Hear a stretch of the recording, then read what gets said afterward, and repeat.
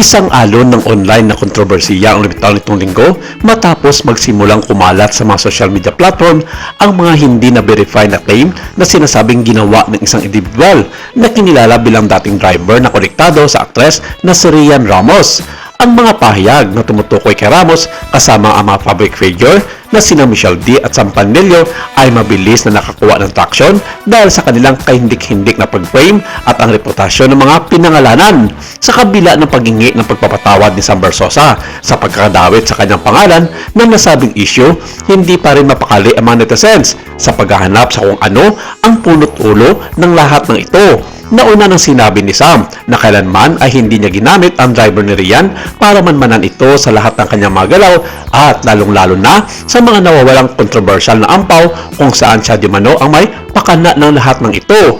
Sa kabila ng kawalan ng na-verify na ebidensya o opisyal na kumpirmasyon, ang mga claim ay pinalaki ng mga headline na puno ng damdamin at viral repost na nag-aapoy sa malawakang haka-haka. Tulad ng maraming mga kontrobersiya sa digital age, ang bilis na pagkalat ng salaysay ay higit pa sa mga pagsisikap na i-verify ang katumpakang ito. Ayon pa sa kampo ni Sam Versosa, ang importante sa ngayon ay maliwanagan ang taong bayan sa kung ano ang totoong nangyari at ipinababayan niya sa otoridad ang lahat ng investigasyon tungkol sa isyong ito.